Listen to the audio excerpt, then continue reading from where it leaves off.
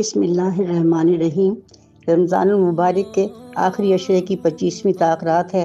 بعد نماز عشاء و تراویح 7 مرتبہ سورہ فتح پڑھیے، بے حد فضیلت اور برکت کا باعث ہے۔ پھر 2 نفل پڑھیے، سورہ فاتحہ کے بعد 1 مرتبہ سورہ قدر اور 3 بار سورہ اخلاص۔ بعد سلام 70 مرتبہ دوسرا کلمہ پڑھیے۔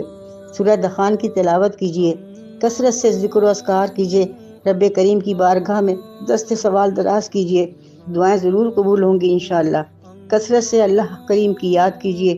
اگر کسی سبب سے خدا نہ خواستہ کچھ بھی کرنے سے قاصر ہوں تو کلمہ طیبہ کا ورد کیجیے۔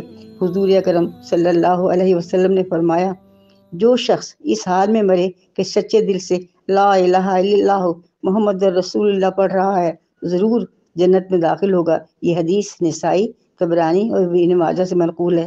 بس اللہ سے دعا کیجیے کہ اللہ ہماری عبادت قبول فرمائے اور ہمیں مقبول بندوں میں شامل کر دے۔ آمین ثم آمین۔